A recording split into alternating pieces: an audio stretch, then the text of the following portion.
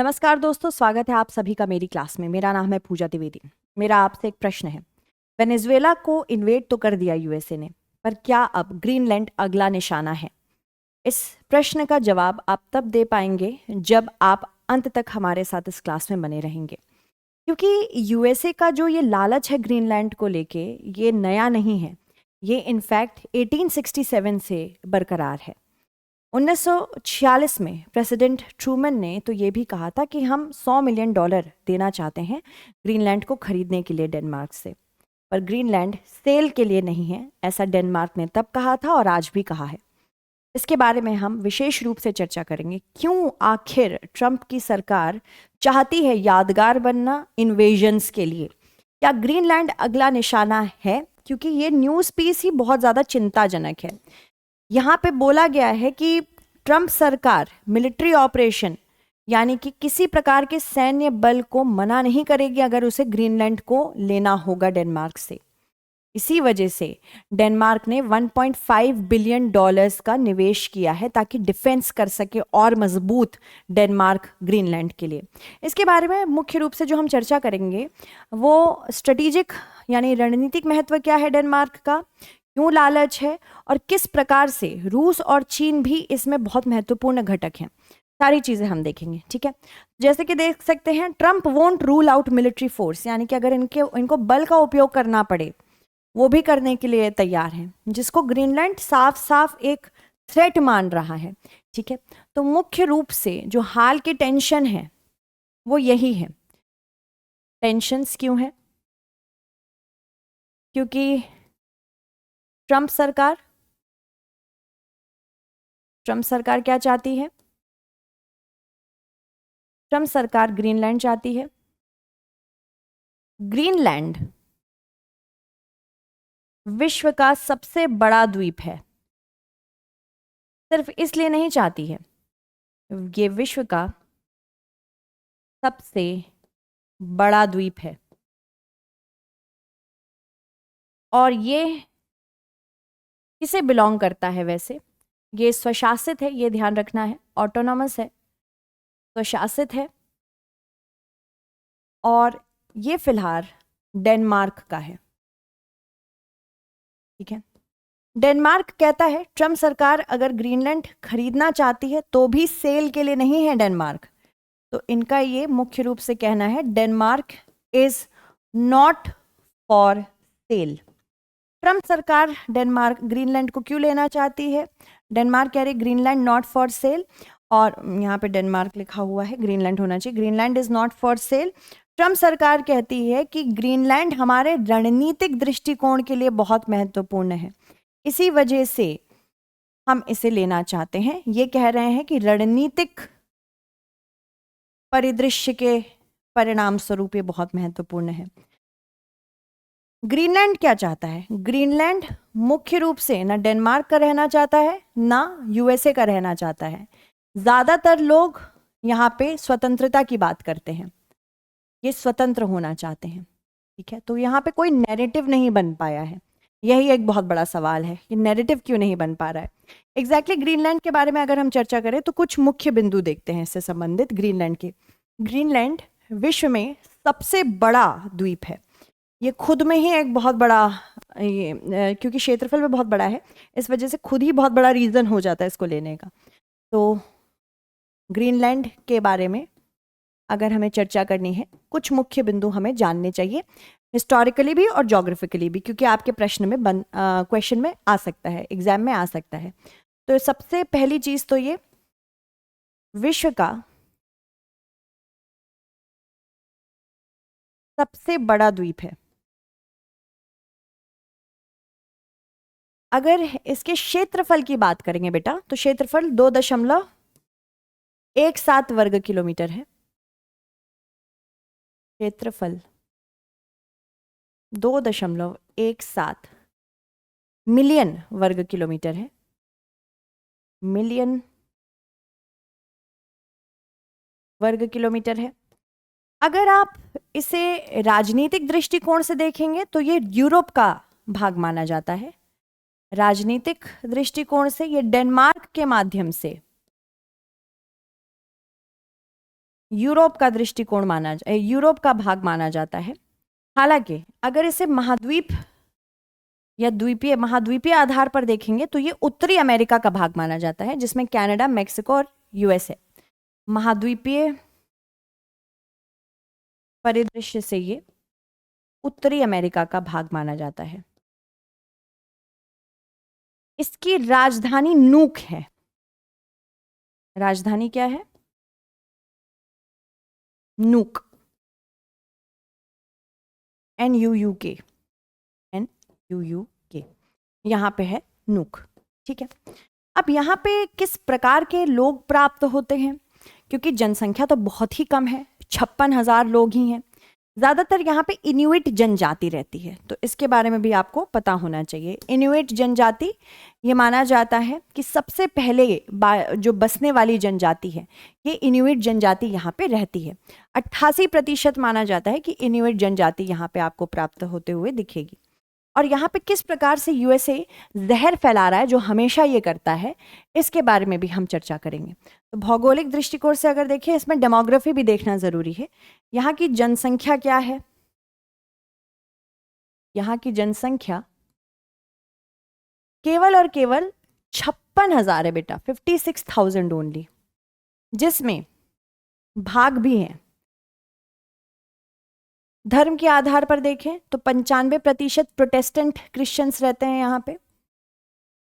Catholics और Protestants दो sect हैं, मेजर सेक्ट हैं।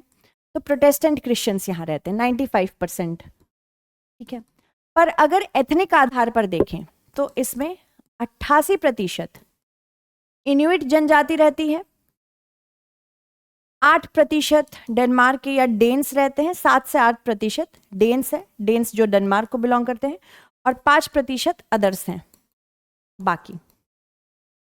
ठीक है, अगर हिस्टोरिकली देखें तो सबसे पहले बसने वाले इनुइट जनजाति ये 2500 BCE में आई थी। सबसे पहले 2500 BCE में इनुइट जनजाति आई थी। यही है जो इग्लू बना के रहते हैं और बहुत ही हार्श कंडीशंस में रहते हैं। इनुइट जनजाति सिर्फ यहाँ नहीं, आपको कनाडा में भी मिल जाएगी और यूरोप में भी मिल जाएगी। मुख्य रूप से ये आर्कटिक के समीप रहते हैं, आर्कटिक वृत्त के पास प्राप्त होते हैं। आर्कटिक वृत्त है, ये इंडिजिनस ग्रुप मानी जाती है, यहीं की स्वदेशी मानी जाती है, स्वदेशी यही है।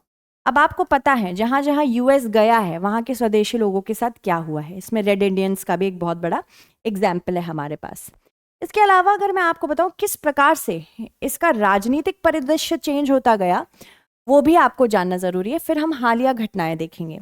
तो राजनीतिक परिदृश्य किस प्रकार से चेंज हुआ ये भी देखते हैं। राजनीतिक परिदृश्य तब चेंज हुआ जब नेपोलियनिक युद्ध था और 1814 में कील की संधि साइन हुई। कील की संधि हस्ताक्षरित हुई। कील की संधि के दो परिणाम हुए। पहला, डेनमार्क को नॉर्वे को स्वीडन को देना पड़ा, पर औपचारिक रूप से ग्रीनलैंड ये 1814 में डेनमार्क का उपनिवेश बना। ये तब डेनमार्क का उपनिवेश बना। ठीक है, फिर आता है वर्ल्ड वॉर 2 1941। जब द्वितीय विश्व युद्ध हुआ था तो इसकी सुरक्षा की जिम्मेदारी यूएसए ने ली थी। फिर आता है उससे पहले का समय 1814 से 1941 के पहले का समय, ये गैप है। इस गैप में 1867 में पहली बार यूएसए ने कहा था कि ग्रीनलैंड जो है सुरक्षा के लिए, यूएसए की सुरक्षा के लिए बहुत जरूरी है। 1867 में ये कह दिया था। ये 1941 में सुरक्षा, जब वर्ल्ड वॉर 2 हो रहा था तो यूएसए ने इसकी अपने हाथ में ली थी। इसके बाद आता है 1946। 1946 में प्रेसिडेंट ट्रूमैन ने कहा था कि ये ग्रीनलैंड को $100 मिलियन में खरीदना चाहते हैं, पर डेनमार्क ने मना कर दिया। इसके अलावा फिर 2019 में डोनाल्ड ट्रंप की सरकार बनी और डोनाल्ड ट्रंप ने कहा कि हमको, मतलब डोनाल्ड ट्रंप की सरकार इससे पहले बन गई थी, डोनाल्ड ट्रंप की सरकार ने 2019 में कहा कि ये ग्रीनलैंड को खरीदना चाहते हैं।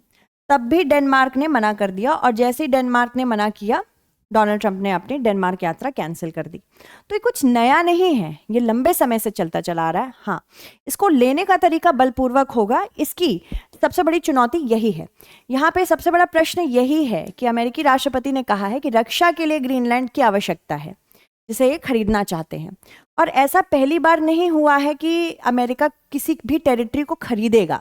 इससे पहले भी अमेरिका ने बहुत सारी टेरिटरीज खरीदी हैं, जैसे कि लुइजियाना खरीद, ये 1803 की, जब फ्रांस से खरीदा गया था लुइजियाना $15 मिलियन में। अलास्का भी रूस से खरीदा गया था 1867 में, तभी ग्रीनलैंड की भी बात हुई थी। अलास्का खरीद लिया था, ग्रीनलैंड की भी तभी बात उठी थी। तो रूस से ये $7.2 मिलियन में खरीदा था। और यूएस का वर्जिन द्वीप 1917 में डेनमार्क से लिया है। तो हो सकता है ये सोच के ही डोनाल्ड ट्रंप अब फिर से ग्रीनलैंड को लेना चाहते हैं। डेनमार्क के प्रधानमंत्री ने इसका खंडन किया है और किस प्रकार से गतिविधि को अंजाम दे रहा है ये भी बहुत ज़्यादा बहुत ज़्यादा यू कैन से कि खराब लग रहा है सोच के ही, क्योंकि ट्रंप और अमेरिका के उद्देश्यों का किस प्रकार से ये अंदर घुस के, डेनमार्क के अंदर घुस के इन्फिल्ट्रेट करके और ग्रीनलैंड के अंदर इन्फिल्ट्रेट करके अपने कार्य को अंजाम दे रहे हैं। ट्रंप अमेरिकी उद्देश्यों का समर्थन करने वाले ग्रीनलैंड वासियों का एक सूची बनाई जा रही है ताकि प्रोपेगेंडा फैलाया जा सके। डेनमार्क और ग्रीनलैंड के बीच राजनीतिक तनाव पर खुफिया जानकारी ले रहे हैं और डेनमार्क ने औपचारिक राजनयिक विरोध भी दर्ज किया है। इन कार्रवाइयों को डेनमार्क के आंतरिक मामलों ने अस्वीकार्य हस्तक्षेप भी बताया है। तो बुली है ग्रीनलैंड पर ट्रंप का क्या रुख है? ट्रंप ने बार बार कहा है ग्रीनलैंड अमेरिकी रक्षा के लिए आवश्यक है। ग्रीनलैंड अमेरिकी सुरक्षा के लिए पूर्णतः आवश्यक है। इसे हासिल करने के लिए किसी भी हद तक जा सकते हैं। ग्रीनलैंड हमारा है, ऐसा डेनमार्क का कहना है, ये बिक्री के लिए नहीं है। इसके अलावा भू राजनीतिक स्थिति की बात करें तो उत्तरी अमेरिका और यूरोप के बीच में सबसे छोटा मार्ग मिलता है। इसी वजह से डेनमार्क ज़रूरी है। जैसे कि आप मैप देख सकते हैं, स्पेशली आज के समय में जब हम बात करते हैं जलवायु परिवर्तन की, जैसे जैसे आर्कटिक ओशन के पास बर्फ़ पिघलती चली जाएगी वैसे वैसे ये रूट्स खुलते चले जाएंगे। अब क्योंकि आर्कटिक ओशन के पास सबसे अधिक कोस्टलाइन जो है उनमें से कुछ देशों में से एक रूस भी है, तो रूस इस कोस्टलाइन के ऊपर अपना हक जता चुका है और साथ ही साथ आप देख सकते हैं कितने सारे पोर्ट्स बना चुका है। 110 बिलियन आर्कटिक मेगा पोर्ट्स बना रहा है रूस, ताकि यहाँ पे व्यापार आसानी से किया जा सके। इसी वजह से ग्रीनलैंड को लेने के लिए परेशान है यूएसए, इतना परेशान इसी परिणाम स्वरूप है। इसके अलावा यहाँ पे दुर्लभ पृथ्वी खनिज भी हैं, ऐसे खनिज जो देश के सुरक्षा उपकरणों में कामयाब होते हैं और साथ ही साथ इलेक्ट्रिक उपकरणों में भी काम आते हैं, लिथियम, वेनेडियम आदि। तो यूरोपीय संघ द्वारा चिन्हित 34 महत्वपूर्ण में से खनिजों में से 25 यहाँ प्रस्तुत है। जैसे कि आप इस मैप में देख सकते हैं कि बहुत सारे खनिज स्पेशली कोस्ट लाइन में हैं, कोस्टल एरियाज में, चाहे वो सिसिम्युइट हो, चाहे वो नूक हो, और कोस्टल एरियाज को ही एक्सप्लॉइट करने की कोशिश यूएसए कर रहा है। इनफैक्ट यूएसए का वहाँ पे एक एयर बेस भी है, थूले एयर बेस इसका नाम पहले हुआ करता था, अब इसे पिट्यूफिक स्पेस बेस कहा जाता है, जिसने वर्ल्ड वॉर 2 के दौरान बहुत मदद की थी यूएसए की। तो यहाँ पे और बेसिस बनाने का प्रयत्न यूएसए कर रहा है। डेनमार्क ग्रीनलैंड में $1.5 अरब की रक्षा व्यय वृद्धि की घोषणा कर चुका है।